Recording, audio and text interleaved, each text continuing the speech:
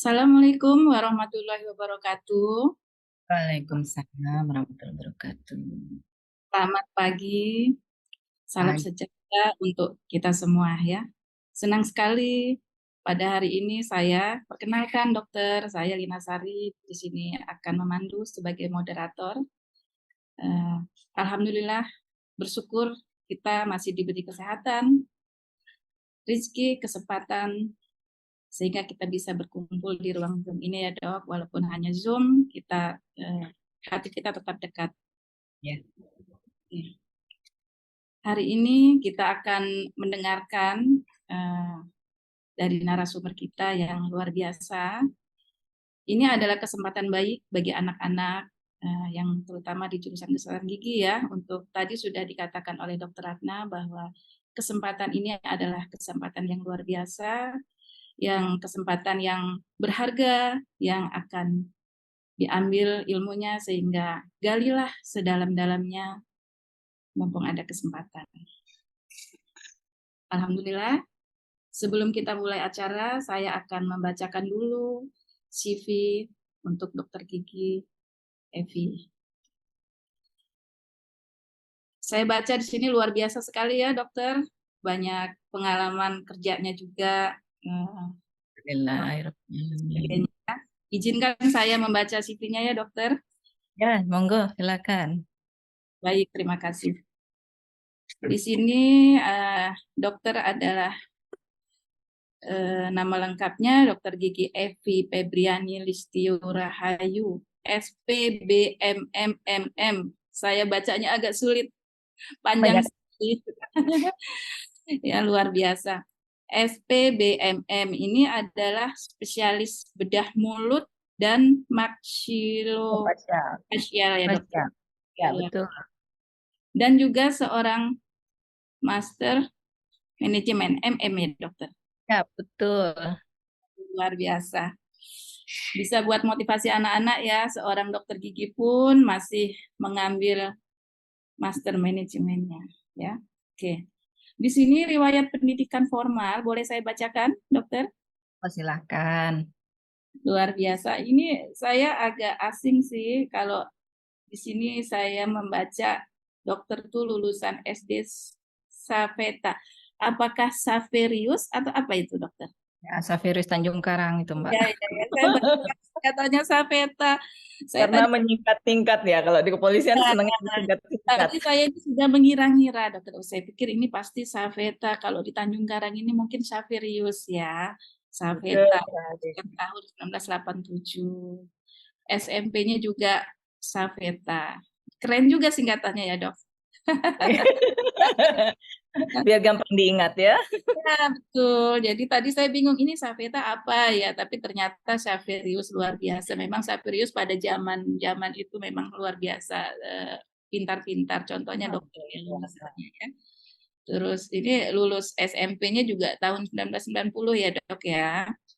Terus Iya. SMA-nya ini loh saya kagum juga nih SMA 2 Tanjung Karang. Ini semuanya sekolah-sekolah favorit di Bandar Lampung, dokter. Ya, SMA 2 Sapirius Tanjung Pada Karang saat itu. sekarang pun masih.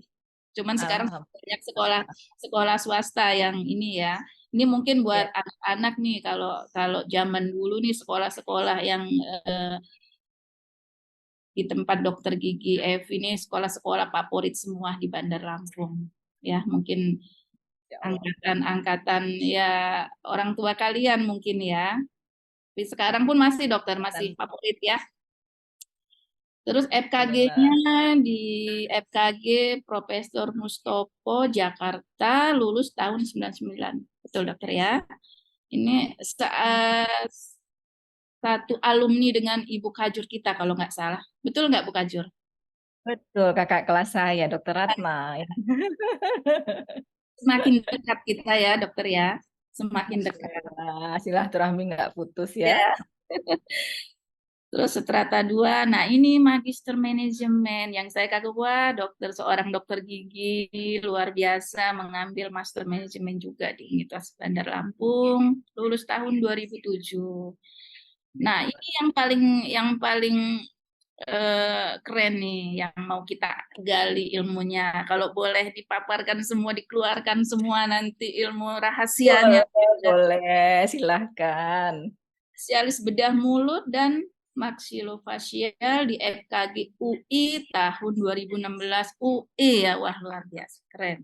Alhamdulillah. UI ya, Dok. Nah, ini ada pendidikan non formal. Ya, Non Kak. formalnya ini ada di PIM tingkat TK, ini tingkatnya, Dokter. Mati ya, betul. 4, lulus tahun 2008. Ini mungkin lanjutannya ya, yang PIM ketiga ya. Itu. Lulus tahun 2009. Hmm. Saya ini ya, membacakannya ini banyak prestasinya. Nah, ini riwayat kerja nih. Riwayat kerja Dokter Gigi Mitra Diladogi, Jakarta tahun 19 sampai dengan 2000. Ini baru lulus ke situ ya, Dokter ya. Ya, Iya. ya masih baru lulus, pengen punya pekerjaan untuk pengalaman pertama. Coba-coba daftar di Angkatan Laut ya di Ladogi Jakarta. Alhamdulillah terima sebagai dokter mitra. Ya, alhamdulillah. Keren, Dokter. Selanjutnya dokter PTT di Puskesmas Natar. Oh, pernah di Natar dokter ya, tahun 2000 sampai dengan 2003, selama 3 tahun ya. Mungkin ini anak-anak sudah lahir belum nih tahun ini? Ada yang sudah lahir belum, Nak? Halo? Sudah lahir belum tahun 2000, 2003 ini? Nah, nggak ada suaranya? Suaranya nggak ada ya, jemut ya. Oke, terus dokter gigi di Rumah Sakit Urip juga, di Urip Sumoharjo ya, tahun 2000 sampai dengan 2005. Ini setelah PTT ya dokter ya. Ya, Setelah PTT terus di Urip. Terus selanjutnya dokter gigi di Rumah Sakit Bayangkara tahun 2005 sampai sekarang. siap ya. Wah, double job ini dokter gigi di Rumah Sakit Beleza Kedaton juga. 2018 sampai dengan sekarang. Ya, Ini hari Sabtu, hari libur, masih diganggu oleh dokter gigi Ratna. nggak apa-apa. Untuk Untuk dokter Ratna siap selalu. oh iya, oke. Luar biasa sekali ya pengalaman pendidikan dan pengalaman kerja dokter gigi Evi. Saya manggil nama lengkapnya ini agak-agak ini ya, dokter gigi Evi Febriani Listio Rahayu FPBMMMM. Panggil Panjang. dokter Isi aja. Oke, dokter, terima kasih. Selanjutnya, mari kita simak bersama narasumber kita yang luar biasa, Dokter Gigi Evi. Jadi kita dengarkan. Nanti mungkin dokter kita kasih kesempatan untuk memaparkan materi.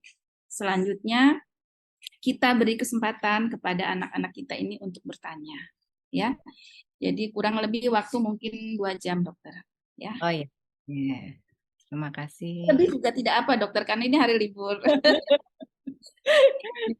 Sampai mungkin anak-anak merasa puasa. Ya, ya. Baik dokter, persilakan. Ya. Terima Terima, kasih. terima kasih ya Mbak Susi. Terima kasih juga terutama kepada Dokter Ratna yang sudah kasih kesempatan ke saya untuk kesempatan kita bisa sharing. Assalamualaikum warahmatullahi wabarakatuh. Tabiun. Oke, kepada apa ya? Saya panggilnya adik-adik aja ya, biar kelihatan lebih muda.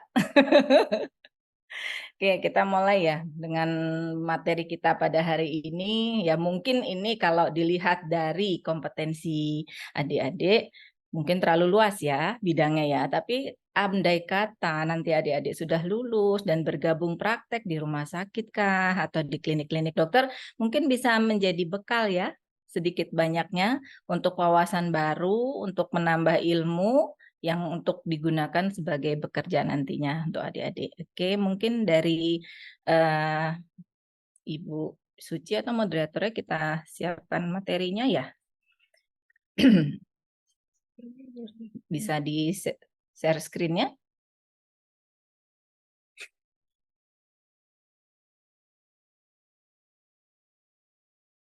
Mana? Dari sini. Oke, kita mulai saja ya. Yang dimintakan kepada saya ini adalah mengenai program unggulan ya dari Poltekkes Tanjung Karang, yaitu adalah penanganan pada gigi pada anak usia dini. Jadi di sini saya ambil di bidang saya di bedah mulut itu bagaimanakah penanggulangan kedaruratan dalam perawatan pencabutan gigi anak utamanya untuk anak usia dini ya yang kita bahas pada hari ini. Oke, lanjut. Sering kita jumpai pada perawatan pencabutan gigi itu sehari-hari kan biasanya dilakukan oleh perawat, kemudian oleh dokter gigi yang bisa dilakukan di rumah sakit atau banyak puskesmas ataupun klinik-klinik pribadi itu ya. Kadang-kadang komplikasi itu akan muncul. Nah, hal-hal yang seperti ini akan menimbulkan kita sebagai operator ataupun perawat gigi itu ada suatu ketakutan tersendiri. Kita nggak usah terlalu ini ya, terlalu materi sekali. Jadi saya bicara supaya kita agak nyambungnya lebih mudah ya, adik-adik ya. Kemudian kita itu setelah mendapatkan suatu reaksi dari pencabutan gigi kita itu, wah bagaimana ini? Misalnya terjadi suatu perdarahan ataupun terjadi patah rahang, apa yang akan kita lakukan? Nah, disinilah pembekalan untuk adik-adik yang paling tidak sedikit kita harus tahu bagaimana apabila terjadi hal-hal seperti itu. Slide selanjutnya. Slide selanjutnya bisa dibuka. Terjadinya komplikasi ini sebetulnya kita dapat mencegah sebelumnya. Bagaimana sih cara kita untuk melakukannya supaya itu tidak terjadi? Pertama sekali, periksalah, lakukan pemeriksaan yang betul-betul terhadap pasien kita. Teliti apa yang mau kita lakukan terhadap tindakan kita ini. Pencabutan, gigi mana yang akan kita cabut? Tadi menurut keterangan dari Dr. Ratna, saya menerima bahwa yang diutamakan adalah gigi akar tunggal. Nah, gigi akar tunggal adalah merupakan kompetensi dari adik-adik di klinik selama ini. Toh selama ini adik-adik sudah melakukan pencabutan ya untuk akar tunggal. Tapi tidak menutup kemungkinan juga harus tahu bagaimana kalau terjadi pada akar ganda ketika kita menjadi asisten dari dokter gigi. Di rumah sakit kah? Di klinik kah? Gitu. Atau kalau gigi susu, ternyata kan ada yang akar ganda juga. Terjadi sesuatu, misalnya perdarahan kan. Apa yang harus kita lakukan? Jadi harus kita teliti dulu. Adakah hal-hal yang memberatkan pasien atau penyulit dari pasien ketika kita akan melakukan tindakan ini. Jadi setiap kali mau bekerja harus lengkap. Detail dari mulai rincian data pasien, anamnesenya yang lengkap. Karena sebagian keberhasilan kita itu dari anamnesa kepada pasien dan keluarga pasien. Kalau anak-anak usia dini mungkin sulit ya adik-adik mau nanyanya ya. Ke orang tuanya atau yang membawa pasien ke tempat klinik kita. Mulai dari sakitnya yang mana, sejak kapan, terus ada penyulit dari obat yang selalu diminum enggak, andai kata anak ini disertai dengan satu penyakit tertentu, contohnya anak dengan epilepsi, pasti akan selalu minum obat yang dimana kalau terjadi suatu tindakan yang mengejutkan, pasti akan membuat suatu tindakan kita jadi dapat berbahaya di pasien. Atau misalnya dengan kelainan darah. Nah, itu perlu ditanyakan juga, adakah riwayat penyakit yang selama ini minum obat rutin dari dokternya apa? Nah, itu yang tugas seorang dokter ataupun perawat betul-betul mencari info yang banyak dari pasien atau keluarga pasiennya. Jadi ini harus selalu dilakukan. Oke, sampai sini ya, jelas ya. Lanjut. Nah, jadi apa yang harus kita perhatikan saat mencabut gigi? Pada umumnya, pencabutan gigi itu kita harus mengikuti prinsip dari kerja bedah mulut. Misalnya satu, kalau kita mau cabut itu, otomatis lokasi gigi yang akan kita cabut itu harus benar-benar asepsis. Asepsis itu maksudnya bagaimana? Jadi kita bersihkan, bisa dengan lokasi pencabutan, misalnya akar tunggal, kita berikan kasa yang sudah ada larutan betadin, kita bersihkan di permukaan gusi dari gigi yang akan kita cabut tersebut. Dan juga alat-alat, jangan lupa ya adik-adik, alat itu harus steril. Kenapa? Karena alat yang tidak steril itu akan mengakibatkan terjadinya suatu infeksi pada luka bekas pencabutan kita. Ya, jelas ya. Jadi ketika kita mau menggunakan alat, pastikan alat ini sudah disteril dengan baik atau belum. Kemudian yang kedua, pandangan yang jelas ke lapangan operasi, yaitu kita harus punya lampu. Minimal lampu kita bisa menyorot ke bagian permukaan gigi yang akan kita cabut. Jangan sampai kita pakai lampu yang sudah remang-remang. Karena apa? Akhirnya batas antara gusi dan gigi yang akan kita cabut atau gigi dan gigi lain kalau kelihatan crowded itu nggak jelas.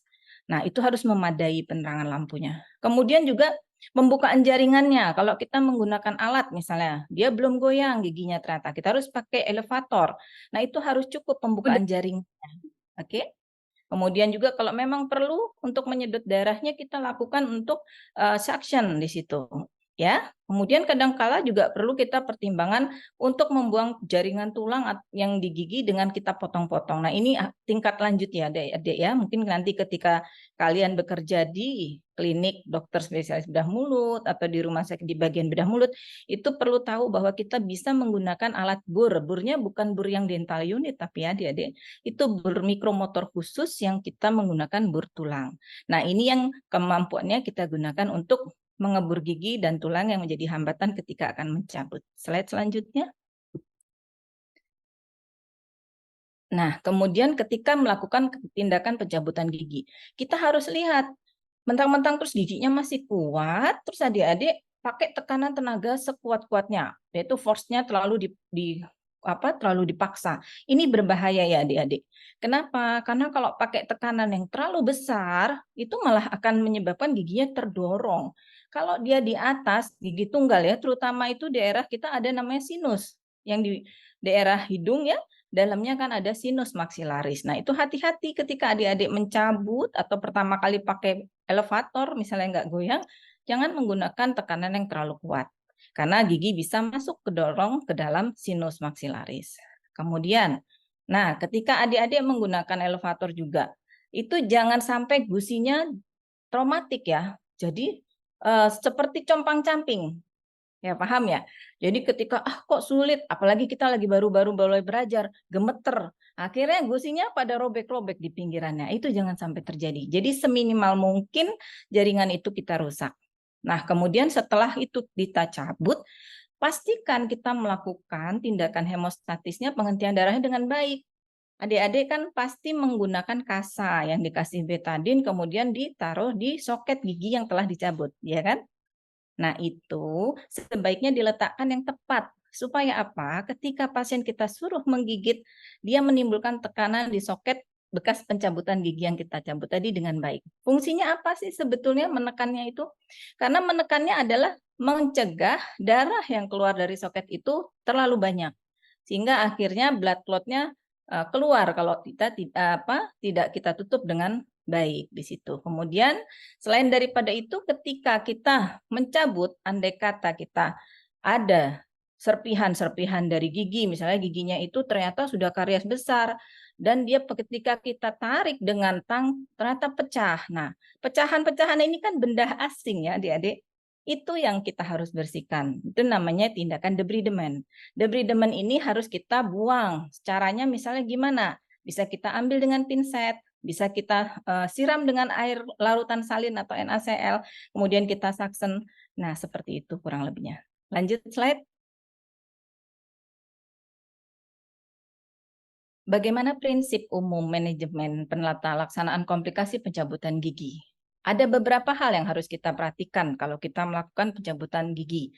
Yaitu satu, yang tadi pendahuluan kita terangkan, catatlah riwayat penyakit pasien. Apabila pasien tersebut selama ini dibawa oleh orang tuanya, misalnya dok pasien saya ini selama ini selalu berobat karena ada kelainan ini dan minum obat ini. Nah itulah yang merupakan suatu warning bagi kita. Kemudian yang kedua, identifikasi pasien yang berisiko tinggi. Misalnya pasien tadi dengan penyakit kelainan darah. Wah, berarti ini bukan kompetensi saya nih, hati-hati nih. Nanti kalau saya cabut akan perdarahan. Nah, risiko pasien-pasien yang seperti ini yang berbahaya. Atau pasien epilepsi, nanti kalau takut ternyata dia kejang. Wah, ini yang bagaimana penanganannya? Tuh. Kemudian yang ketiga, kita harus mengkomunikasikan dengan jelas kepada pasien, atau kalau pasiennya anak-anak berarti kepada orang tua pasien atau keluarga pengantar pasien. Apa saja yang harus kita terangkan di sini?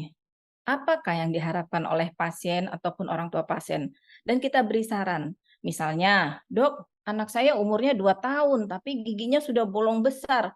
Gimana ya dok ya, dicabut aja atau bagaimana? Nah, kita beri saran. Kita kan diajari ya, untuk anak-anak kapan masa pergantian dengan gigi tetapnya. Nah, itu harus dipelajari juga. Kalau memang ternyata masih bisa dipertahankan, kita sarankan yang terbaik. Gitu. Apabila masih bisa ditambal, kita lakukan penambalan. Tapi kalau memang udah sering bengkak berulang, Dok, sampai bernanah, ya apa boleh buat.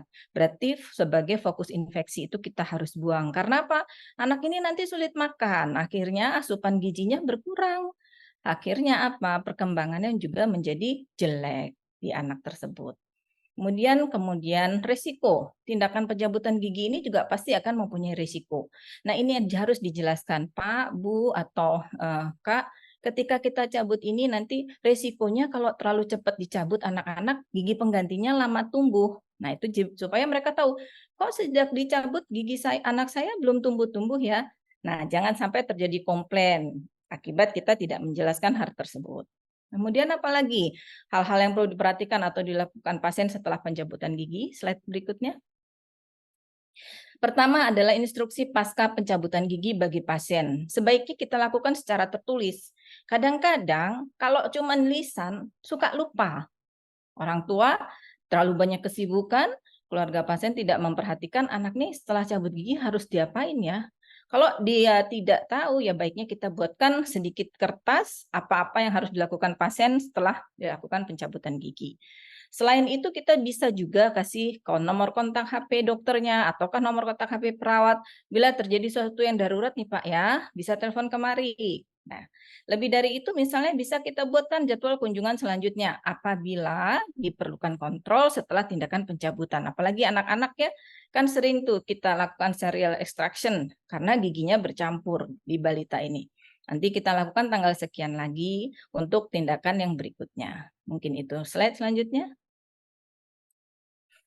Pada saat pencabutan gigi, kalau ternyata kita lihat ada gejala, wah ini pasti akan terjadi nih komplikasi.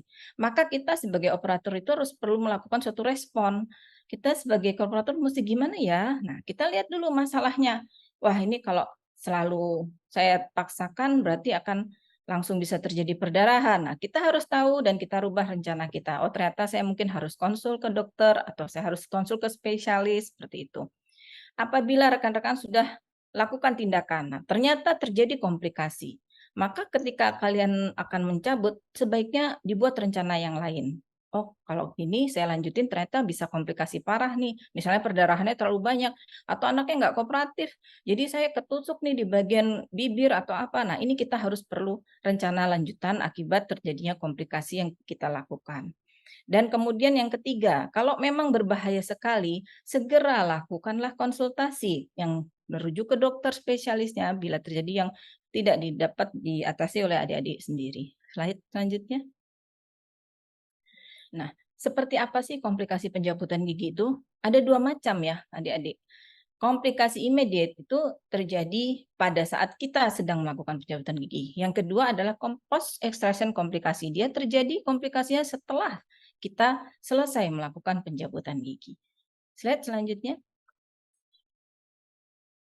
Ya, komplikasi saat mencabut gigi atau disebut immediate complication. Apa aja yang bisa terjadi?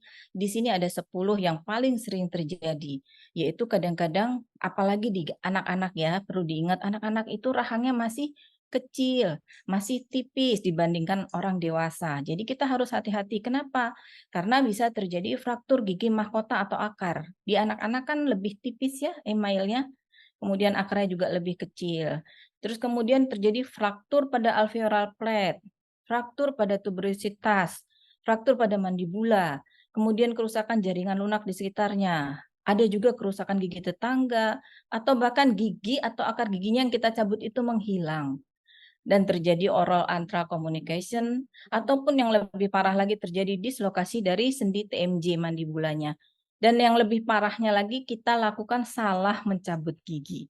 Jangan sampai ya adik-adik ya salah mencabut gigi. Gimana caranya kita tandai tadi dengan anestesi pada pertama kali aseptik itu dengan apa? Betadin tadi. Oh lokasinya yang ada tanda jaringan itu kita kasih betadin tadi. Slide selanjutnya. Kita bahas mengenai fraktur gigi ya. Fraktur gigi ini kalau pada anak-anak mungkin terjadi karena gigi tersebut sudah mempunyai lubang atau karies yang besar atau tambalannya besar. Jadi ketika adik-adik akan menempatkan tang itu, kepala tang itu atau beak-nya itu menekan di bagian mahkota gigi, sehingga dengan tekanan yang keras itu pecahlah si mahkota gigi tersebut, atau bahkan sampai ke akar giginya. Jadi tindakan jangan gegabah ya adik-adik, lakukan pemilihan alat yang tepat, kemudian dilihat apakah mahkota giginya dengan karies yang besar, berarti kan perlu kerja yang hati-hati, jangan terburu-buru. Dilihat kalau perlu dengan ronsen panoramik ataupun ronsen dental ya. Kita lihat nih akar giginya, akar ada penyulit enggak? Panjang tidak? Ya, seperti itu. Kalau dia tertanam dalam tulang yang padat, nah itu yang sering kali terjadi fraktur. Ketika adik-adik coba tarik, ternyata mahkotanya keangkat, namun akarnya tetap tertinggal di tulang rahang. Slide selanjutnya. Slide selanjutnya. Ya. Terjadinya fraktur gigi ini, gimana caranya kita bisa tahu akan ada timbul suara gigi yang patah pada saat kita melakukan penggoyangan pada gigi tersebut. Nah, disitulah kita harus segera sadari bahwa oh ternyata gigi yang kita cabut ini patah, tidak tercabut sampai bagian ujung akar. Nah, kemudian dilihat lagi, oh ternyata patahan ini tajam nih ujungnya, berarti masih ada sisa ujung akar di dalam tulang rahang. Nah, kalau kita masih ragu-ragu, tadi seperti saya bilang, masih ada nggak ya kira-kira ini patahannya di dalam? Lakukanlah foto ronsen gigi, bisa panoramik ataukah dental foto. Slide selanjutnya. Bagaimana gigi yang patah itu tertinggal? Apakah harus diambil? Apakah tidak? Ada beberapa hal yang kita lihat ya. Jadi satu pertimbangan di mana sisa akar yang tertinggal itu bisa dibiarkan atau kita ambil. Yaitu satu, kalau pengambilannya itu akan berisiko, misalnya mengenai struktur tetangga gigi sebelahnya atau masuk ke sinus maksilaris. Apakah pasien menolak tindakan pembedahan yang akan dilakukan untuk mengambil bagian gigi yang patah tersebut? Dan apabila tidak mempunyai risiko infeksi jarak jauh, misalnya endokarditis. Nah, itu bisa kita lakukan tinggalkan dari bagian gigi yang patah. Slide selanjutnya. Selain itu, ada hal-hal lain yang memperbolehkan meninggalkan bagian gigi yang patah. Lainnya adalah apabila sisa akar yang tersisa itu cuma sedikit, adik-adik. Ya, kurang lebih nggak lebih lah dari sepertiga panjang akar atau kurang lebih 4-5 mm. Dan ternyata akar yang tertinggal itu tidak berpindah dari lokasi yang kita cabut, nggak pindah ke dalam soket yang lain, nggak bergerak ya. Kemudian akarnya itu jauh tertanam di dalam tulang dan bahkan bukan superficial sehingga tidak mengganggu pada saat nanti mau dibuatkan misalnya space maintainer ya. Kalau anak-anak sambil menunggu masa pertumbuhan gigi tetap, kita suka kasih ke space maintainer. Kemudian tidak ada infeksi apikal yang terlihat di dalam akar tersebut. Lihatnya bagaimana? Kita foto pakai ronsen foto. Ada ujung apeknya ada granulum nggak ya? Ada infeksi nggak ya? Nah seperti itu. Lanjut slide. Kalau tidak ada rencana pengambilan sisa akar, maka pasien itu harus kita beritahu. Kita catat juga dalam rekam medik pasien kita. Kalau perlu kita foto, oh ternyata ini sisa giginya segini ya, sepertiga Pak, Bu.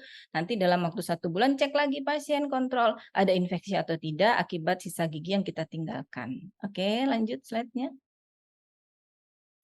Bagaimana prosedur pengambilan sisa akar sebagai berikut kita lihat. Dudukkan dulu pasiennya di posisi yang kira-kira adik-adik gampang melihatnya. Dapat cahaya yang baik, dapat kita lihat lokasi gigi yang patah itu dengan baik. Kita irigasi dulu, kita siram dengan biasanya larutan salin ya, larutan NaCl itu kita lakukan spooling. Kemudian kita lakukan suction di lokasi ya, patahnya gigi tersebut dengan ujung tip suction yang kecil. Kenapa? Supaya ujung yang kecil ini dapat masuk ke dalam soket gigi kita.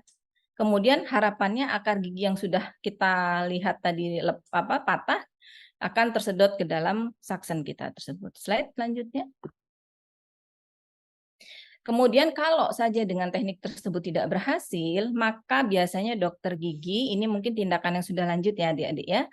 Perlu saya jelaskan supaya adik-adik bisa melakukan pendampingan asisten dengan baik. Itu dokternya mau lakukan apa ya? Oh ternyata menggunakan alat the truth tip pick. Nah ini itu dimasukkan ke dalam rongga ligamen periodontal, kemudian kita gerakkan untuk melepaskan ujung akar. Biasanya sih kalau kita di puskes lah ya, seandainya itu cari band atau elevator yang ujungnya sangat kecil. Karena gigi susu kan biasanya kecil sekali ya adik-adik ya. Itu. Kemudian kalau ini juga tidak berhasil, nah baru kita lakukan pencabutan sisa akarnya dengan kita buka. atau transalveolar approach. Ini biasanya udah dokter bedah mulut yang lakukan ya. Kita lakukan pembukaan insisi atau kita kita belah ya bagian mukosanya itu, kemudian kita buang tulangnya pakai bur tulang yang tadi, sebagian kita kita cabut dengan tang yang sisa akar. Lanjut slide. Kemudian yang kedua, faktor alveolar plate. Nah, pada pencabutan gigi ini sering kadang-kadang menyebabkan akar gigi itu mempunyai jalan yang akhirnya menjadi patah. Akibat apa? Adik-adik pada saat melakukan penekanan itu dengan tang terlalu berat, terlalu besar tenaga yang dilakukan sehingga akhirnya ketika melakukan pencabutan tulang rahangnya itu menjadi patah. Biasanya ini pada awal yang dilakukan karena kita terburu-buru, gugup, grogi. Nah, itu biasanya kita sering melakukan kesalahan, akibat dari ini akhirnya patahlah fraktur alveolar plate-nya. Maka setelah terjadi kejadian yang seperti itu, sebaiknya dibuat flap, rujuk, akan dibuang tulang bagian yang menutupi dan giginya dikeluarkan dengan mudah. Dan ini biasanya untuk dokter ya, untuk dokter rumah juga dokter bedah mulut. Lanjut. Nah, lokasi fraktur tulang alveolar itu yang paling sering terjadi itu di bagian bukal. Adik-adik tahu ya, di bagian bukal ya. Khususnya kalau gigi akar tunggal, itu di bagian gigi caninus atas. Kemudian molar atas atau molar satu itu sama di gigi anak-anak maupun di orang dewasa. Kenapa? Karena di atas itu tulangnya lebih spongios, lebih istilahnya berporus, tidak padat seperti tulang di bawah. Jadi jangan hati-hati, jangan terlalu melakukan penekanan yang besar, ya. Kemudian metode utama bagaimana supaya untuk mencegah fraktur, kita harus lakukan ronsen. Untuk apa? Lihat bagaimana terhadap posisinya di alveolaris. Dekatkah dengan pembuluh darah alveolus inferior kita, ataukah akarnya bengkok, kira-kira ada penyulit atau tidak, itu. Ataukah dekat dengan gigi penggantinya, gigi tetapnya, adakah di situ jaringan infeksi seperti kista. Nah, seperti itu kita kalau kurang paham bisa diskusikan dengan dokter giginya. Kira-kira bagaimana ya dok, pasien saya ini anak-anak sering bengkak, tapi gigi penggantinya masih lama. Difoto aja lebih baik. Oke, sampai sini jelas ya. Karena operator itu perlu memperhatikan banget bagaimanakah bentuk-bentuk giginya, akar giginya, adakah penyulit di situ. Oke, lanjut. Slide. Kemudian perhatikan ketebalan dari tulang alveolar di bagian bukal ya, cortical plate itu. Kita cek, kalau tulangnya tipis hati-hati, dekat dasar sinus hidung, ujung akarnya juga hati-hati. Kenapa? Karena itu sering terjadi fraktur di daerah tersebut. Apalagi usia anak-anak ataupun usia lanjut itu adalah kalau di usia lanjut dia karena kurang elastis ya, jadi memang tulangnya lebih cepat mudah patah. Tapi kalau di anak-anak justru lebih karena tulangnya masih kecil. Jadi dengan tenaga yang kuat berbahaya untuk kita dapat mematahkan dari tulang bukal cortical plate-nya. Ya. Kemudian penanganan tulang alveolar yang patah ini bagaimana? Tergantung tipe dan beratnya fraktur. Kalau ternyata tulang yang patah itu sudah terbawa gigi yang dicabut, maka tidak perlu dikembalikan. Ya, akhirnya kita harus memperbaiki jaringan lunaknya yang robek. Kemudian kalau memang perlu dijahit, kalau memang bisa jahit, kalau enggak dikonsul. Kemudian penyembuhannya juga selain lebih baik, tulang-tulang yang patah karena tindakan kita itu dihaluskan. Kalau enggak punya bur tulang bisa pakai bone file. Bone file itu kayak kikir bentuknya. Jadi dia digerakkan untuk menghaluskan bagian tulang-tulang yang tajam. Slide selanjutnya.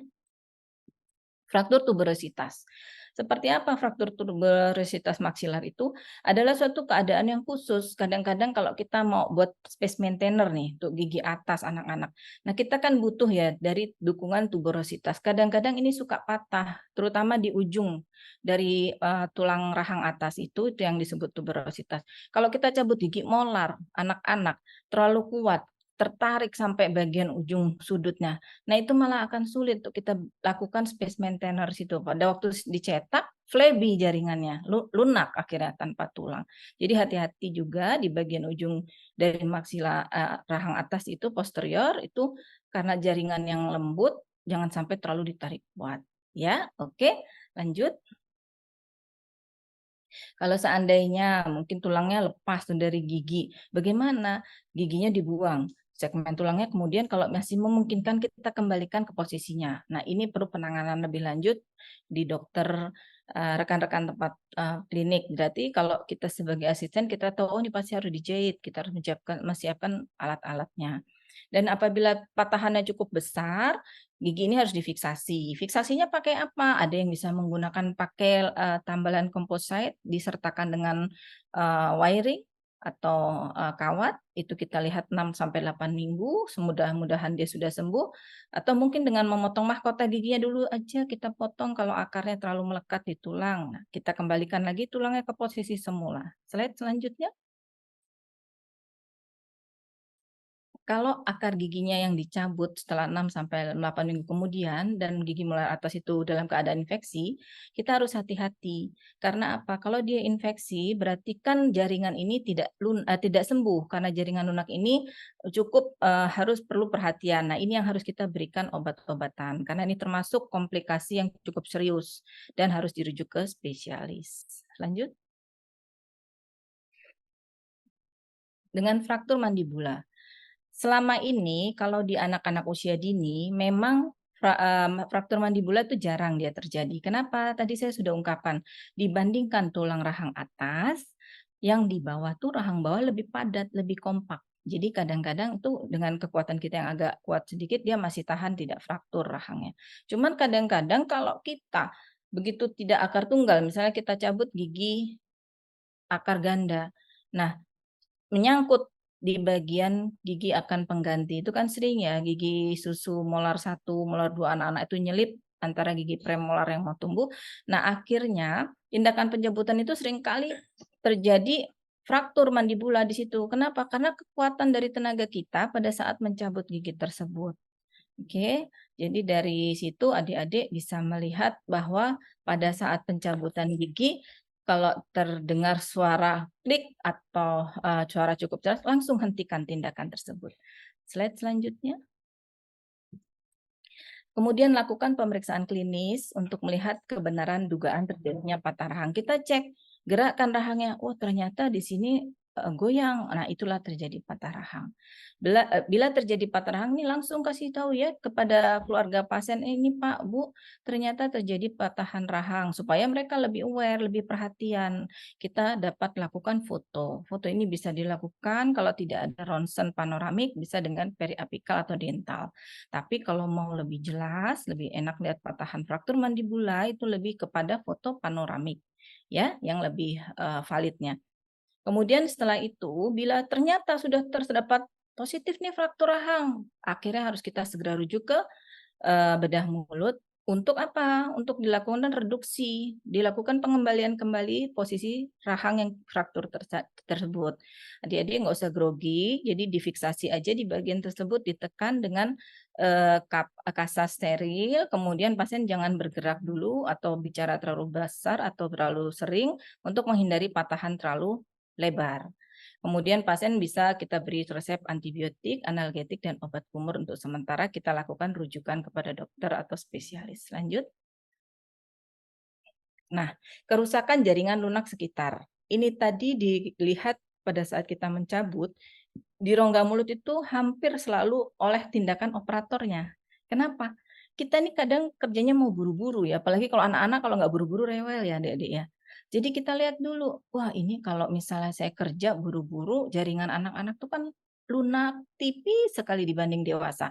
Jadi mudah sekali ketika memasukkan elevator tuh adik-adik kadang-kadang robek. Robeknya ini nggak hanya pada gigi yang kita ingin cabut, pun akhirnya ke gigi tetangga. Kenapa? Akibat penggunaan tenaga kita yang nggak kekontrol, terlalu besar, terlalu buru-buru, akhirnya meleset itu.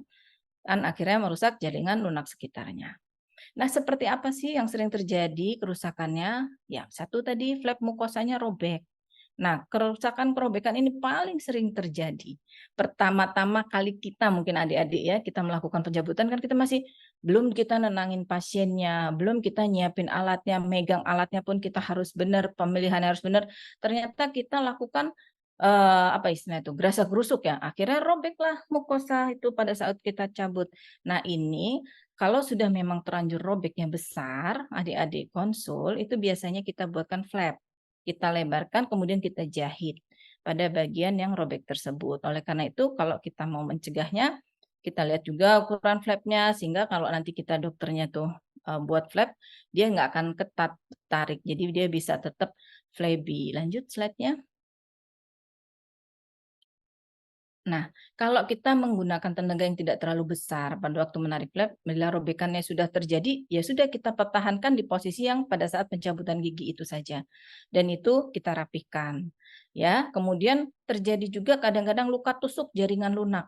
Nah, luka tusuk itu biasanya yang paling sering menyebabkan adalah elevator yang bentuknya lurus. Adik-adik tahu ya, lurus yang tanpa lekuk. Jadi elevator itu kan ada yang lurus, ada yang depan big-nya itu dia melengkung. Nah, pada saat elevator lurus, karena kadang anak-anak itu kan tipisan ya giginya ya, kecil sekali. Jadi kita pakai yang lurus aja deh, lebih gampang misahin. Apalagi seandainya gigi tersudut krodit. Nah, akhirnya kita pakailah. Tapi ketika digunakan licin, kena saliva, kena darah, itu sering meleset. Nah, itu yang sering menyebabkan menusuk ke bagian, misalnya di gusinya kah, di mukosanya kah. Nah, ini akibat tenaga yang tidak terkontrol. Slide selanjutnya.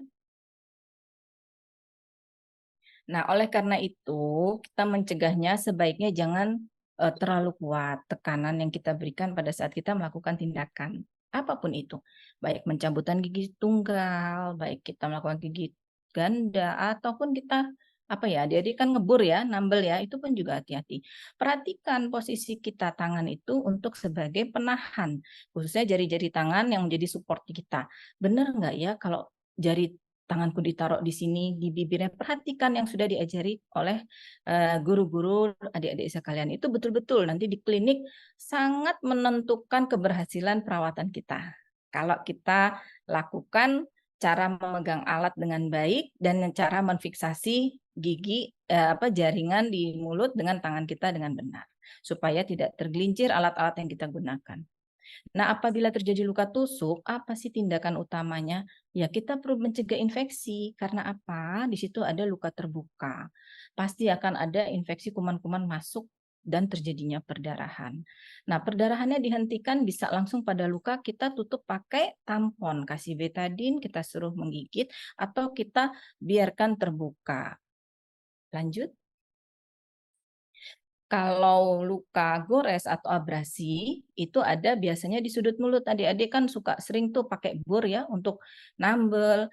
Kadang-kadang kita posisi matanya hanya melihat di bagian ujung aja mata bornya. Tetapi nih di bagian alat bornya, pegangan bornya itu kadang-kadang kena di bagian ujung-ujung bibir. Ini harus hati-hati nih. Nah, apabila misalnya adik-adik melakukan sendiri itu harus ada teman yang melihat, itu awas hati-hati bibirnya kena itu, kena gagang mata bor kan panas ya.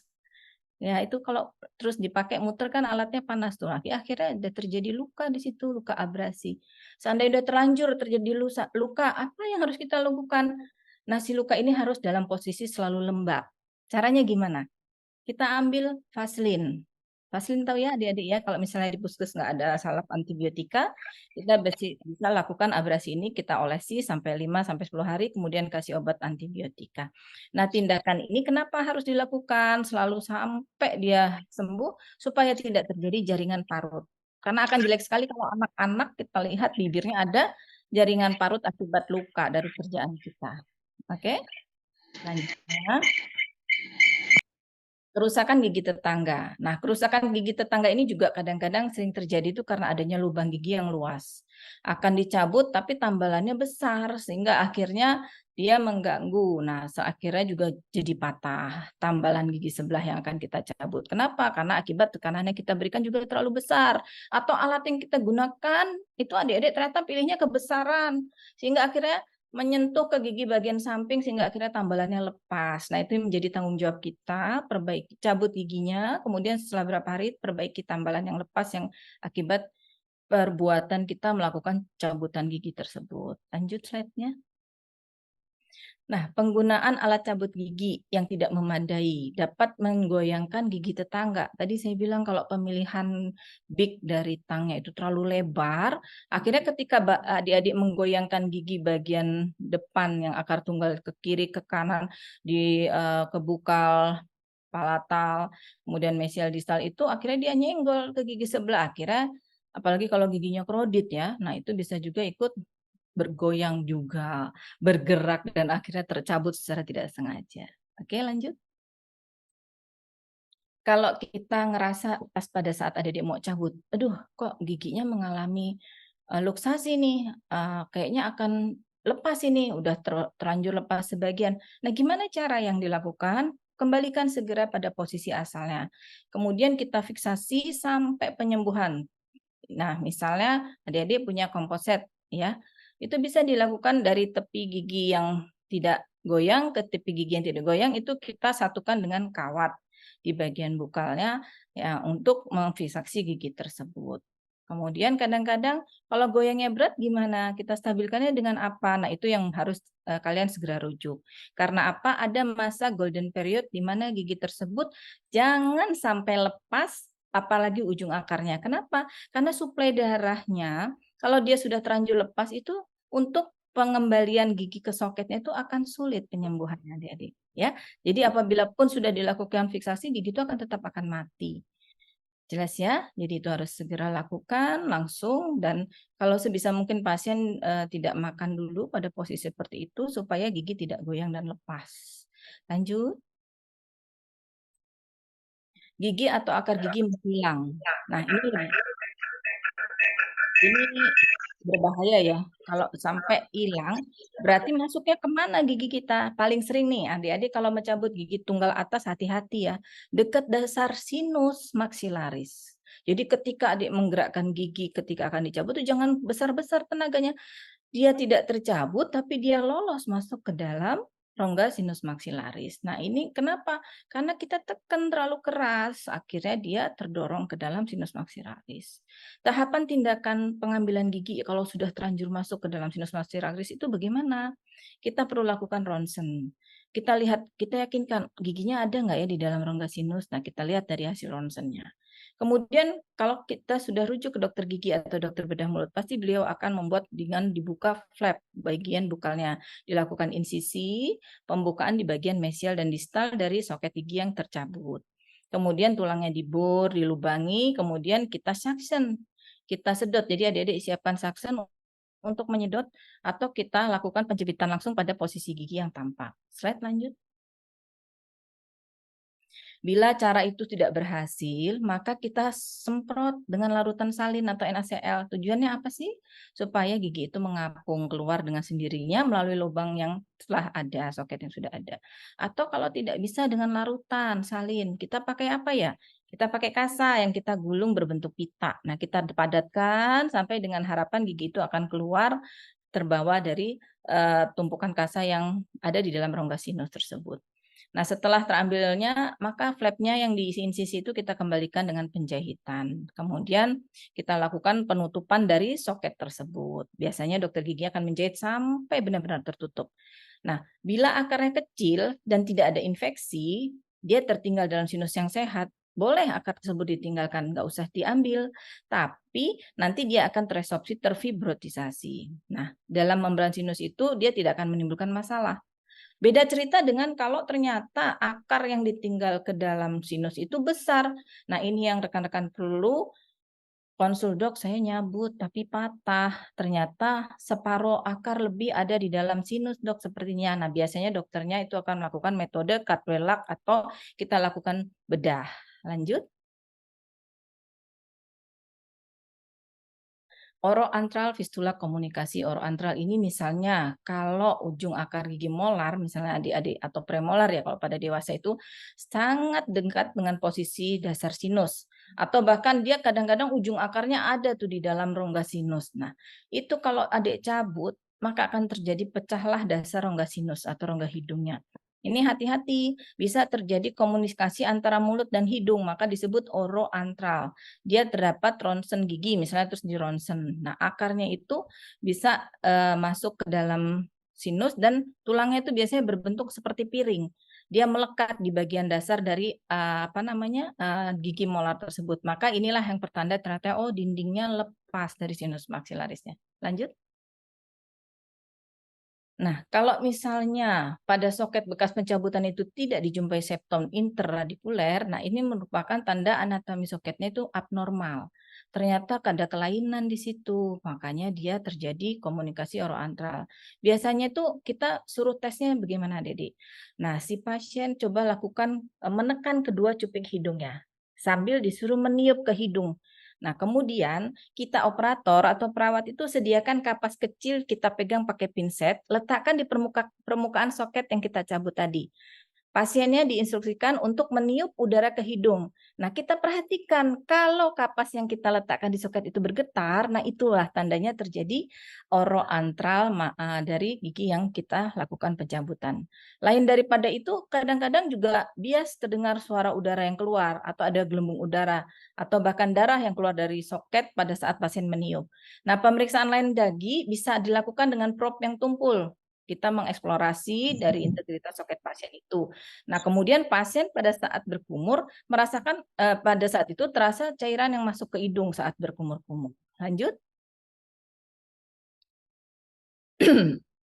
Apabila terjadi komunikasi oroantral, apa yang kita lakukan? Nah, kalau komunikasi atau lubangnya kecil di dalam soket itu, kita masukkan bahan hemostatik, misalnya kayak spongostan ya, Dede mungkin tahu ya, yang kayak busa-busa, tujuannya agar apa? Kemudian terjadi pembekuan klot darah. Nah, mukosa di bagian tepi soketnya itu kita jahit, kita rapatkan, supaya apa? Tidak ada komunikasi antara udara luar yang mengakibatkan infeksi kuman masuk ke dalam soket. Nah, tindakan ini juga akan mengakibatkan cepat terbentuknya bekuan darah. Nah, pasien bagaimana instruksinya? Pasien diberi instruksi untuk tidak meniup melalui hidung. Supaya apa? Agar tidak terjadi peningkatan tekanan di dalam sinus. Sehingga akhirnya kumpulan bekuan darah yang sudah ada jadi lepas. Kalau pasien terlalu menghirup melalui hidung. Dan akhirnya pasien meniup terlalu besar melalui hidung. Pasien diberi resep harus antibiotika. Kenapa? Karena supaya tidak terjadi infeksi. Kemudian juga supaya luka penutupannya cepat terjadi.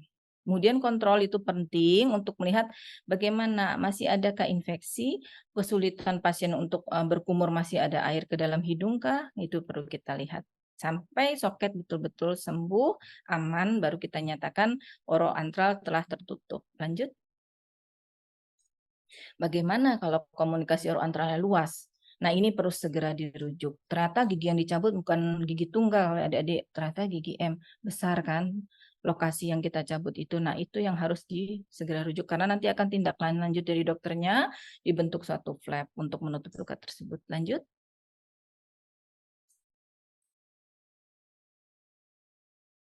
Trauma dan dislokasi TMJ. Nah, struktur lain kalau adik-adik mencabut gigi, kadang-kadang yang diperhatikan adalah kalau anak kecil kan menangis ya. Ketika menangis itu kan ada pergerakan rahang, terutama di sendi temporomandibular joint. Ketika misalnya cabut gigi bawah, gigi tunggal bawah atau gigi molar bawah, nah itu kadang-kadang tenaga yang kita lakukan besar. Kenapa?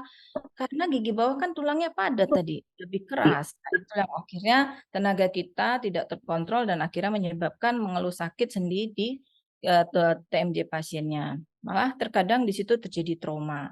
Nah, setelah terjadi seperti itu, apa yang harus kita lakukan? Pasien sebaiknya kompres sendi rahangnya di sini dengan air hangat 5 menit kompres, kemudian istirahatkan. 5 menit lagi kompres, istirahatkan. Dan untuk makan, pastikan dietnya lunak. Ya, kemudian pemberian analgetik selama beberapa hari. Ya. Kemudian dislokasi TMJ ini bisa terjadi akibat suatu prosedur gigi misalnya yang terlalu istilah anaknya itu dengan epilepsi kan kadang-kadang kejang ya. Nah, itu jangan dipaksakan adik-adik ya. Kenapa? Karena akhirnya nanti terjadi dislokasi mandibula dan terjadi spasme otot atau kekakuan otot yang hebat dari anak tersebut. Lanjut. Dislokasi itu harus segera mungkin direduksi. Seandainya ini sudah terjadi, kok nggak bisa nutup rahangnya setelah kita lakukan pencabutan.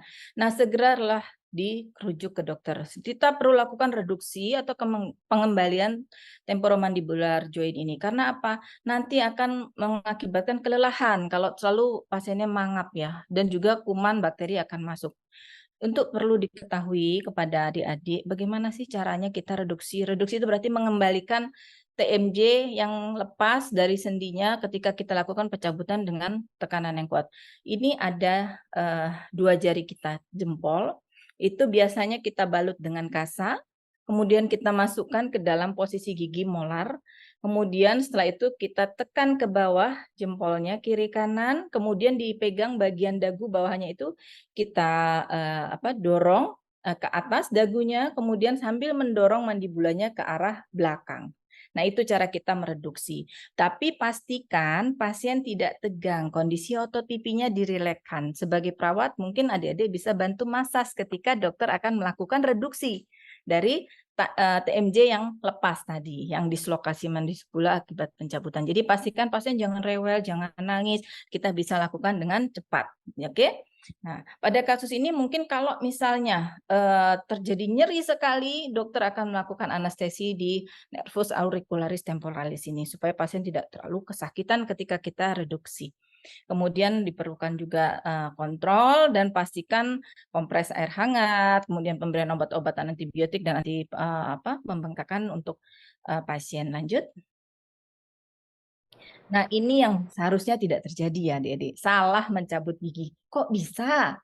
Gimana? Kok bisa salah? Nah, harusnya kita sebagai operator ya, perawat ya, dokter gigi itu udah tahu. Dok, anak saya mau cabut gigi insisif. Gigi kedua ya, Dok. Nah, tapi karena tadi saya bilang kerjanya buru-buru, terus kita pasien sudah terlalu numpuk banyak, atau kita grogi, jadi lupa. Nah, akhirnya kita salah cabut giginya. Bagaimana sih kok kita bisa melakukan pencabutan seperti ini? Nah, ini harusnya menjadi suatu perhatian bahwa setiap akan melakukan, lihat dulu, cek dulu gigi apa. Pastikan komunikasi ke pasien atau keluarga pasien, Bu, Pak, ini ya, betul ya, gigi ini yang akan kita cabut. Kalau perlu tandai dengan kasa yang sudah diberi betadin, kita oleskan di posisi yang akan kita cabut. Kalau mungkin dengan kloretil ya berarti kita nanti cabutnya di sini nih. Kalau perlu injeksi, oh berarti di sini nih, enggak akan salah. Berarti jangan gigi yang ke sebelah kiri atau sebelah kanannya. Oke, jelas ya, lanjut. Bila sudah terjadi nih salah cabut gigi. Nah, kita harus sadar, waduh ini ternyata salah nih Pak, Bu, maaf gigi yang saya cabut ternyata bukan yang Ibu Bapak maksud, yang Pak mau. Kewajiban kita, kembalikan lagi gigi tersebut ke dalam soketnya. Untuk apa? Jadi supaya gigi tersebut masih bisa kita lakukan fiksasi. Karena apa? Kalau kita terlalu lama kita nggak komunikasikan, daripada aku dimarahin, aku nggak usah bilang. Nah akhirnya apa? Satu, pasien kecewa, tidak percaya lagi kepada kita. Kemudian kita merugikan si anak ini missing giginya. Padahal gigi susu itu adalah juga sebagai space maintainer untuk pengganti gigi tetap. Kalau kembali kita terlalu cepat atau loss prematur dari gigi susu, akhirnya si gigi tetap penggantinya tidak akan mendapat jalan yang tepat untuk erupsi. Nah, jadi kita harus kontrol juga untuk kepentingan ini. Apabila misalnya nanti cabut salah, kemudian kita lakukan fiksasi. Kalau memang tidak mampu, segera rujuk ke dokter giginya. Oke, lanjut. Kalau dokter gigi itu sudah menyadari kesalahan atau kita nih, maaf salah. Nah, kita lihat karena giginya itu sudah nggak bisa lagi ditanam, ya apa boleh buat? Maka kita harus lakukan tindakan pertanggungjawaban kita. Kalau itu masih gigi susu, alhamdulillah nanti ada penggantinya. Tapi kalau dia sudah gigi tetap, itu yang berbahaya. Berarti kita tanggung jawab kita sampai kita harus membuat kondisi tersebut ada gigi untuk fungsi kembali. Ataukah dibuatkan GTSL kah? Ataukah dibuatkan dengan bridge kah? Atau tindakan implan kah? Nah, itu apabila terjadi salah cabut. Lanjut.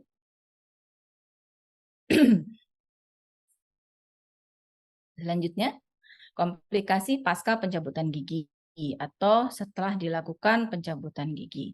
Biasanya yang sering sekali terjadi itu perdarahan. Nah, pencabutan gigi ini adalah suatu tindakan yang kita buat luka. Akhirnya dari luka situ kan kita akan timbul tuh berdarah. Aduh, habis saya cabut nih. Pasti berdarah dong, nggak mungkin. Kenapa? Karena putusnya pembuluh darah di situ, syaraf dan sebagainya. Nah, pertama, jaringan mulut dan rahang banyak pembuluh darah. Pasti dong di dalam jaringan mulut kita kan pasti disuplai oleh beberapa pembuluh darah. Dan kemudian kedua, nah setiap ada pencabutan berarti meninggalkan luka terbuka. Terbukanya ini baik jaringan lunak ataupun juga jaringan yang keras di bagian tulang. Nah, inilah yang akhirnya menimbulkan rembesan dari ozik dan pedatan. Yang ketiga, sulitnya meletakkan bahan dressing dengan tekanan yang memadai untuk mencegah terjadi perdarahan selama pembedahan. Jadi ketika kita mau dep, lukanya kita tutup itu sangat sulit sekali karena posisi gigi yang misalnya dia krodit atau anaknya yang bandel, yang tidak kooperatif dan sebagainya. Lanjut. Keempat, pasien tuh cenderung kalau anak-anak habis dicabut, dia lihat lagi pakai lidahnya dirasa-rasa, ih udah diambil nih giginya. Nah, sehingga gerakan lidah yang menyentuh soket itu kadang-kadang melepaskan timbunan klot darah yang sudah beku, sehingga akhirnya terjadi perdarahan sekunder, berdarah lagi. Dok, anak saya udah dicabut tadi pagi, kok sore ini berdarah lagi? Nah, karena apa? Mungkin kurang dibagi informasi sama perawat atau dokternya. Nanti kalau sudah cabut gigi, lidahnya jangan digerakkan ke arah lukanya ya, nanti bisa berdarah lagi. Nah, itu penting sekali, edukasi pasien ya. Karena apa? Akan terjadi perdarahan ulang. Oke, kemudian kelima, enzim saliva. Nah, ini enzim saliva ini terkadang bisa melisis dari gumpalan darah yang sebelumnya terjadi. Karena ini biasanya terbentuknya jaringan granulasi, tapi ini biasanya pada kasus-kasus tertentu dengan kelainan darah. Lanjut. Lanjut. Nah, sepertinya terjadi komplikasi ini pada perdarahan itu adalah masalah yang paling kita takuti ya adik-adik ya. Terutama kalau pada anak-anak. Dok, itu Mbak kok jadi banyak gini ya perdarahannya ya. Nah, jadi kita lihat juga, tanya lagi, pernah nggak pada pasien ini terjadi perdarahan sebanyak ini sebelumnya? Misalnya jatuh dari sepeda. Ternyata keluar darahnya panjang, lama waktunya dan banyak gitu. Kita harus curiga, oh berarti ada memakai obat-obat gangguan koagulasi seperti obat antikoagulan. Nah, ini yang menyebabkan luka perdarahan yang kita cabut giginya jadi panjang perdarahannya. Gitu yang tadi pada awal saya harus yakinkan setiap mau tindakan tanyakan riwayat penyakit pasien. Jadi tidak terjadi hal-hal yang tidak kita inginkan, yaitu terjadinya perdarahan yang memanjang. Nah, kalau sudah terlanjur terjadi seperti ini, rujuk, kemudian dokter biasanya akan memeriksakan ke laboratorium. Lanjut, slide.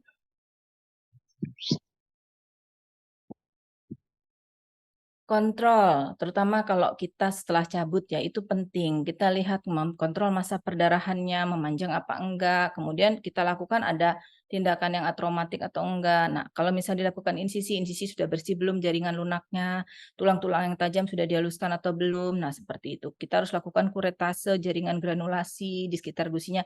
Nah, kita sebagai asisten, misalnya nanti perawat, harus tahu alat-alat yang harus digunakan untuk dokter-dokternya. Jadi minimal kita paham, oh ini terjadi perdarahan, berarti saya siapkan kuretase, saya harus siapkan benang untuk jahit dan sebagainya, untuk pengostan dan sebagainya. Oke, lanjut. Apabila perdarahan terjadi berlanjut, kita perlu memasukkan obat di dalam soket itu. Nanti kalau adik-adik misalnya di klinik atau di puskes atau di rumah sakit, itu tadi tahu yang namanya spongostan. Spongostan itu bentuknya seperti busa. Ketika itu terjadi perdarahan, masukkan ke dalam soket itu spongostannya. Kalau dia bentuknya lembaran lagi lebar, digunting-gunting kecil-kecil sampai padat di bagian dalam soket. Nah, setelah itu kita jahit. Jahitnya gimana? Bentuk figure X atau angka 8. Jadi dari bagian depan kita silang ke arah bagian belakang. Kemudian kita tarik lagi ke arah samping belakang, kita putar lagi ke bagian depan. Jadi membentuk angka 8. Gunanya apa? Untuk mempertahankan letak spongostannya supaya tidak lepas. Kalau pasiennya makan, minum, jadi dia tetap di situ. Nah, kalau kita sudah melakukan terapi-terapi ini, kemudian terjadi perdarahannya sudah berhenti, itu alhamdulillah. Tapi kalau ternyata sampai rumah terjadi perdarahan lagi, coba sarankan pasien untuk berkumur dengan air es pelan-pelan saja. Atau dengan kasal yang steril digigit, dibasahi dulu dengan air es selama setengah jam. Nah, itu biasanya bisa membantu untuk menghentikan perdarahan yang sekunder. Tapi ada cara lain, itu yang tradisional biasanya kalau kita punya kantung teh celup ya adik-adik ya, itu kan mengandung tanin. Nah itu taninnya itu yang punya zat untuk menghentikan perdarahan. Jadi boleh itu dilakukan penggigitan pada kantong teh instan yang mengandung tanin tersebut kurang lebih 30 menit, cek lagi apabila sudah dia berhenti, udah cukup, tidak usah dilakukan penggigitan kantung teh instan itu. Lanjut.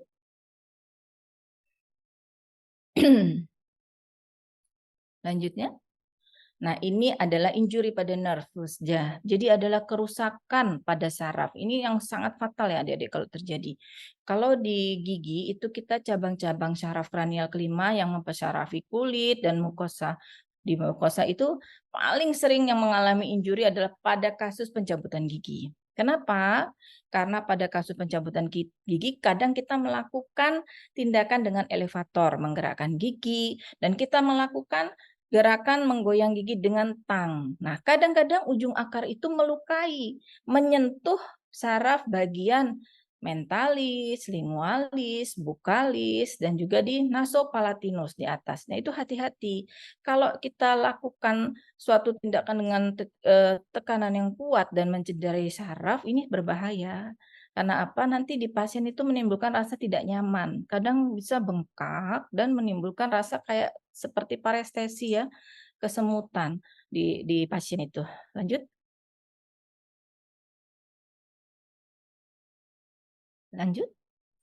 Nah, berbeda kalau misalnya untuk mencabut akar gigi yang pada dewasa nih ya, kasusnya premolar atau gigi impaksi. Nah, itu kan lebih besar jaringan yang harus kita perhatikan. Karena apa? Pada orang dewasa itu apa namanya, foramen mentalis itu suplainya juga sudah cukup besar bagian rahang bawah. Hati-hati kalau sampai kita melakukan anestesi itu yang salah pada sebelum pencabutan, ini bibirnya juga akan parestesi bagian bibir, bagian dagu. Kemudian juga ketika dokter melakukan pembukaan flapnya, kemudian terlalu ditarik sama perawatnya ketika buka pakai langen bag begitu, terlalu terkencang, nah akhirnya syarafnya pun bisa terpotong. Kadang-kadang saking semangatnya supaya dokternya kelihatan jelas, perawatnya sampai lebar pipinya ditarik, jaringan ditarik. Nah itu hati-hati ya. Jadi meskipun kita sebagai asisten mau mempermudah pekerjaan operator, tapi perlu diperhatikan tidak menggunakan force yang terlalu, tekanan yang terlalu besar. Akibatnya nervusnya bisa terpotong atau bahkan terlukai di situ. Jelas ya? Lanjut. Slide selanjutnya. Nah, kalau fungsi nervus mentalis itu akan tidak kembali normal, maka biasanya pasiennya jadi teranestesis secara permanen. Mentalis ya di sini yang paling sering itu. Kenapa? Karena bagian di sini tulangnya untuk gigi depannya, hati-hati adik-adik ketika mencabut, ini juga bagian yang tipis ya dari bagian tulang mandibula. Kemudian juga di bagian lingualis juga hati-hati. Oke. Nah, lanjut. Lanjut, slide lanjut. Oke, soket kering. Seperti apa sih soket kering? Kadang-kadang nih adik kalau sudah cabut gigi, harusnya kan terisi oleh gumpalan darah ya, atau blood clot. Nah, pada suatu ketika kita jumpai suatu kondisi, kok kosong ya di dalam soketnya, tidak kita jumpai blood clot. Nah, ini kadang-kadang disebabkan oleh suatu infeksi. Dia bisa jadi bengkak, demam, kemudian juga pasien tidak nyaman, kesakitan. Nah, ini kondisi di mana kita terkadang sering mencabut dengan posisi pencabutan yang menggunakan alat-alat itu mungkin kurang steril. Kemudian sewaktu sering habis dicabut, pasien itu selalu meludah, sehingga blood clotnya akhirnya terbuang dan tampak permukaan tulang di permukaannya. Nah, setelah terekspos bagian tulang ini, inilah yang paling sering menimbulkan sakit pada pasien, sehingga bagian itu kering dan nyeri ketika terkena makan dan minum. Slide selanjutnya. Lanjut. Slide selanjutnya. Nah, penyebab daripada dry socket atau alveolar ascites ini belum begitu jelas karena terkadang pasiennya sudah pulang, baru terjadi, "Dok, habis dicabut kok sakit, tentu anak saya teriak-teriak." Nah, setelah berapa hari baru sakit, "Dok, sehari, 2 hari atau 3 hari." Nah, itulah terjadinya aktivitas dari fibrinolitik di dalam soket pencabutan gigi itu. Nah, kadang-kadang dia harus dilihat lagi, dicek lagi kontrol pasiennya, kemudian kita lihat apakah pasien itu masih kita bisa lakukan tindakan untuk kita irigasi dengan larutan salin, kemudian kita tutup dengan sebelumnya kita kumur-kumur dengan klorheksidin boleh, atau kita tutup dengan kasa yang sudah kita berikan obat analgetik. Lanjut.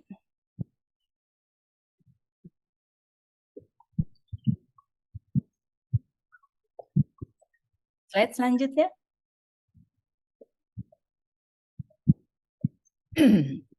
Tujuan penanganan dari dry socket ini adalah yang paling penting kalau anak-anak rewel, kita harus hilangkan rasa sakitnya.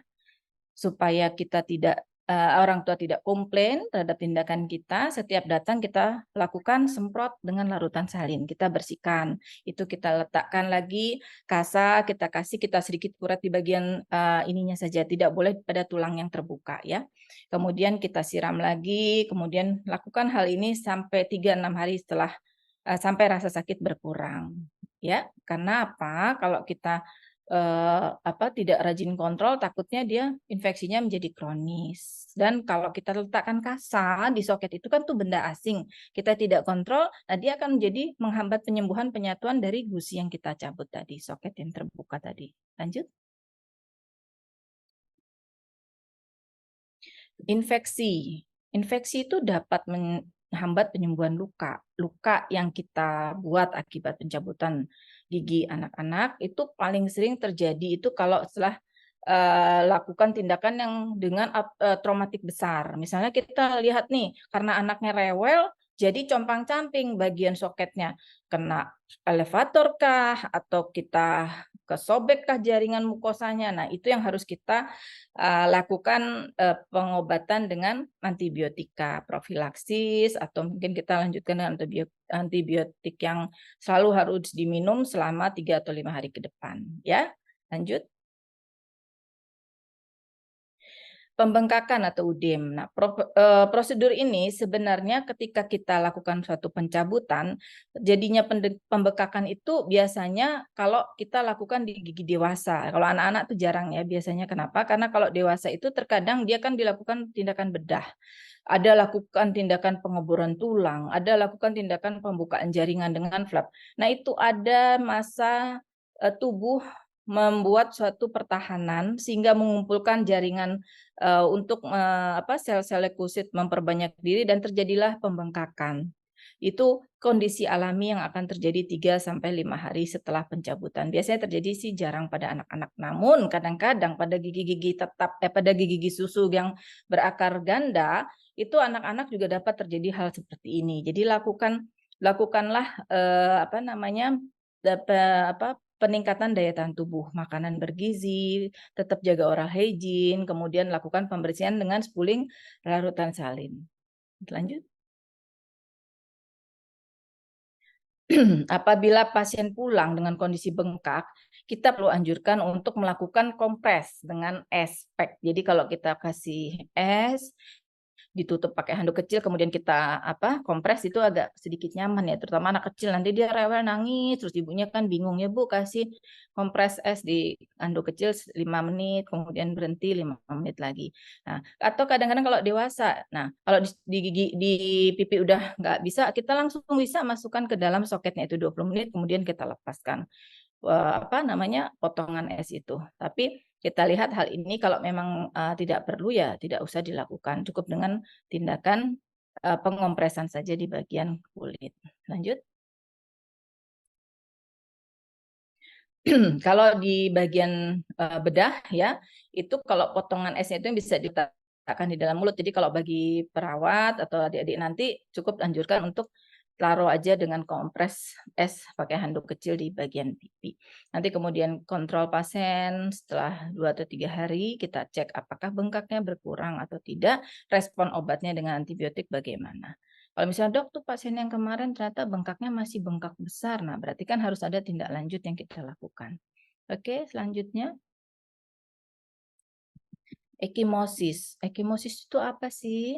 Nah, ekimosis itu adalah pada beberapa pasien terkadang kita kok muncul ya warna biru-biru seperti orang habis jatuh bisa di bergio di sudut mulut kah, atau di dagu. Nah, kenapa bisa terjadi seperti ini? Biasanya kalau orang udah tua, kalau anak-anak tuh jarang ya. Kenapa? Karena tonus jaringannya itu sudah menurun. Jadi akhirnya perekatan dari intersalurannya itu sudah lemah. Akhirnya loss dan akhirnya terjadilah suatu bekakan dan jaringan menjadi biru-biru. Nah, itu kalau anak-anak sih biasanya hal ini jarang terjadi. Ya, cukup kita tahu aja itu bisa terjadi pada usia lansia. Lanjut. Trismus. Nah, ini yang perlu hati-hati. Anak-anak itu terkadang kadang-kadang terjadi trismus loh. Apa tuh trismus? Habis dicabut nggak bisa buka gigi. Kenapa bisa jadi seperti itu? Kok kemarin saya cabut aman-aman aja ya dok? Tiba-tiba besok ibunya bilang kok anak saya nggak bisa buka mulut mbak. Habis dicabut kemarin. Nah, itu terjadi karena infeksi atau terjadi dari injeksi dari anestesi yang berkali-kali. Kalau misalnya suntikan nih, misalnya kalian lihat suntikannya mengenai otot. Nah, otot yang terkena di situ misalnya musculus pterygoideus medialis itu kena tusuk. Nah, hati-hati itu akan menghambat proses pembukaan mulut. Jadi hati-hati ketika pada gigi dewasa nih terutama ya kalau di klinik, dok pasien yang kita cabut kemarin nggak bisa buka mulut tuh dok. Nah, berarti kita lihat pada saat menyuntik pun kita lakukan di lokasi yang tepat ya. Sebagai asisten harus memberikan penerangan yang cukup bagi dokternya dan membuka posisi gigi mukosa gigi yang akan dilakukan penyuntikan terutama pada blok anestesi. Oke. Nah, jadi untuk menghilangkan trismusnya bagaimana? Kalau sudah kita kompres panas kok masih ada, nah kita butuhkan juga kompres di apa namanya di bagian pipi. Tapi kalau tadi kan pakai es ya. Nah, kalau trismus ini kita gunakan dengan air hangat. 5 menit tempel kemudian lepas ya. 5 menit lagi tempel lepas sampai pasien merasa tidak tegang lagi pada saat membuka mulut. Lanjut. Nah, dari semua cerita kita siang ini, beberapa hal yang harus diperhatikan pada saat kita melakukan pencabutan gigi, terutama nih anak-anak ya. Bagaimana supaya tidak terjadi suatu kasus kegawat daruratan dalam pencabutan gigi? Satu, perlu dicatat, jangan pernah menggampangkan. Ah, giginya udah goyang, giginya sudah enak nih, kita tinggal cabut aja. Nah, tapi lihat, apakah ada kelainan akar yang bengkok, apakah ada infeksi di situ yang mungkin akan kita hadapi. Jadi jangan pernah menganggap sepele dari setiap tindakan yang akan kita lakukan. Meskipun itu hanya dengan pencabutan klor etil, meskipun itu hanya akar tunggal, jadi jangan memandang suatu pekerjaan itu kecil. Tapi lihatlah yang bahwa kalian kerjakan ini manusia. Apalagi dia mempunyai fungsi banyak di situ. Gigi itu sebagai estetika, sebagai fungsi bicara, sebagai fungsi mengunyah makanan, ya, menggigit makanan, itu harus ditanamkan dalam diri kita. Jadi persiapannya harus betul-betul. Kita cek datanya udah lengkap nama dan sebagainya, kita cek daftar anamnesa riwayat penyakitnya atau kemungkinan yang menjadi penyulit.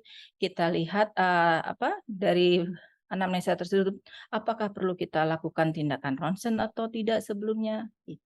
Kemudian yang kedua, setiap akan melakukan tindakan pencabutan gigi, kita harus siapkan diri. Kira-kira kalau terjadi komplikasi. Jadi kita sebagai operator maupun perawat maupun dokter belajar dan belajarlah. Karena pasien kita itu makhluk hidup. Karena kita terkadang juga suka lupa. Baca lagi, ulang lagi, oh saya mau cabut gigi susu atas nih. Alatnya apa ya? Giginya seperti apa ya kasusnya? Usianya berapa ya? Kira-kira sudah masa pencabutan atau belum ya? Nah, kira-kira anaknya ini kooperatif atau enggak ya? Apa kira-kira anaknya ini pernah ada penyulit atau tidak ya? Jadi bekali diri kita dengan suatu hal, enggak mentang-mentang kita cuman perawat, itu kan urusan dokter gigi. Jangan. Malah bahkan lebih bagus kalau adik-adik mempunyai wawasan pengetahuan yang lebih luas. Kan sekarang sudah ada internet ya. Mbah Google, buka-buka gitu sambil belajar. Itu penting ya. Jadi kita bisa persiapan data lebih baik, persiapan instrumen lebih baik, dan kita juga tahu ketika terjadi suatu komplikasi harus apa, harus bagaimana. Ya.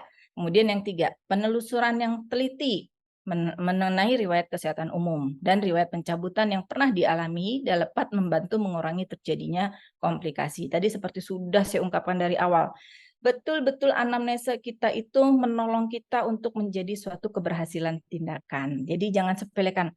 Cabut gigi, kita nggak peduli, tulis aja di status cabut gigi. Gigi apa, bagaimana, dulu pernah perdarahan apa tidak. Nah itu, jangan sampai menggampangkan suatu tindakan. Itu menurut saya. Ya, jadi lanjutnya kita harus lebih prepare ya dengan ilmu pengetahuan. Jangan sampai kita nanti, lah udahlah begini aja udah cukup, pasti bisa. Slide selanjutnya. Slide selanjutnya, ya. Hal yang penting lagi adalah dengan kita lihat kondisi gigi yang mau kita cabut jaringannya tadi, kira-kira kalau kita cabut gigi ini kok masih kencang ya, perlu nggak ya saya buatkan ronsen? Jangan-jangan ada penyulit di bawahnya granulom kah? Atau jangan-jangan gigi di bawahnya ini belum ada gantinya, agenesis dong nanti dia jadinya. Atau jaringan sekitarnya terdapat kista, infeksi dari gigi permanen yang akan tumbuh. Nah itu biasanya sering bengkak. Bengkak kok nggak ada nanahnya ya, udah sekian lama. Nah itu perlu hati-hati. Di atasnya ada gigi susu, kalian cabut, nanti terekspos kan itu infeksi jadinya. Oke. Selanjutnya yang kelima itu sampaikan informasi yang penting pada pasien atau kalau anak-anak ke orang tuanya. Kira-kira apa yang harus kita lakukan? Jangan disembunyikan misalnya Pak, ini tadi salah cabut nih. Saya nggak sengaja. Nah, kita harus ke inform consent juga kalau misalnya terjadi hal-hal yang tidak diinginkan. Akhirnya, jalinlah komunikasi yang baik kepada pasien atau keluarga pasien supaya menjadi sesuatu yang amanah ya. Bisa kita minta nomor teleponnya, datanya dengan lengkap, komunikasi yang enak-enak, yang apa adanya, yang transparan sesuai dengan yang bisa kita pertanggungjawabkan, tindakan yang kita lakukan di pasien. Nah, kalau misalnya pasiennya itu jauh, kontak dengan telepon, beri nomor telepon kita agar mereka bisa komunikasi. Jangan kita tunggu di telepon pasien. Kadang-kadang kita supaya tidak khawatir, kita juga perlu loh kita tanya, Pak, Ibu, maaf, saya perawatnya atau yang tadi saya lakukan pencabutan, bagaimana kondisi anak sekarang? Masih berdarahkah? Ada sakit atau apa? Nah, itu suatu bentuk perhatian kita kalau kita mau dibilang pekerja yang profesional. Jadi jangan hanya mengharapkan selalu kita yang didatangin pasien, kita juga perlu jemput bola, kita lihat pasien kita kontrol pasien kita kembali. Kira-kira kerjaanku ada kesalahan nggak ya? Kira-kira ada yang menimbulkan suatu yang nggak nyaman buat pasien nggak ya? Nah itu karena hal ini anak-anak. Ingat karena anak-anak itu merupakan suatu keberhasilan adik-adik sekalian kalau mampu merawat pasien anak-anak dengan baik, menimbulkan suatu kepercayaan bagi orang tua. Oh berarti Mbak ini bisa dong kerjakan gigi saya juga. Nah gitu. Jadi meringankan dokter gigi. Oh berarti paham nih Mbaknya, anak saya aja bisa nurut kok, bisa sembuh. Nah itu. Mungkin dari saya itu lebih dan kurangnya kita buka forum diskusi. Kalau penjelasan saya ini ada yang masih kurang jelas dari adik-adik sekalian. Monggo silakan. Assalamualaikum warahmatullahi wabarakatuh.